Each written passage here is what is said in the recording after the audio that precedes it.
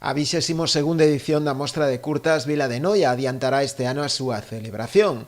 Así o anunciaron dende a Concellería de Cultura.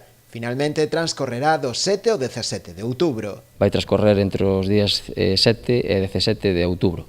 Bueno, pois a experiencia que nos dá é que queremos adiantar un pouquiño máis e que coincida non máis hacia o verán, pero sí que realmente o tempo nos dé a capacidade de poder facer algunha actividade a veces que tiñamos programadas, actividades paralelas no exterior e que a veces pois viñemos moi condicionados do tempo. Non é ninguna seguridade, non, o que dentemos hacia o tempo, pero sí que nos vai dar, eu creo que un mellor marxe, sobre todo, en canto a viaxes, buscamos tamén ese festivo que nos dá un plus en ese momento. Dende a organización da mostra anunciaron tamén a celebración de novo do concurso para elixir a imaxe do cartel do festival.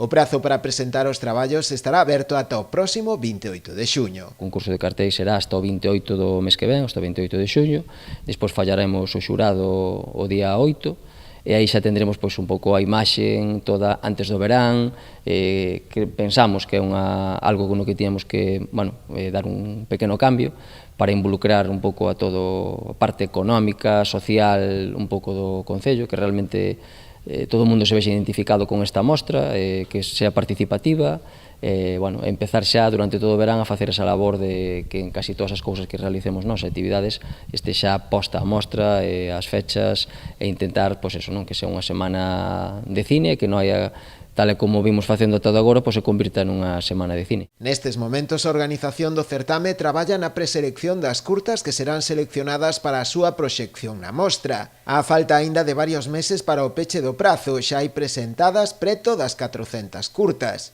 O pasado ano recibíronse 1.300. Ya llevamos, no sé, yo creo que en la plataforma de FESJON debe haber aproximadamente casi unas 400 curtas ya inscritas, con lo cual animo a todo el mundo a que se sigan presentando, cuantas más mejor. Todos los años estamos recibiendo aproximadamente unas 1.200, 1.300 curtas y bueno, la selección del año pasado considero que fue una selección muy buena y esperemos que este año sea, pues, que sea del nivel o parecida.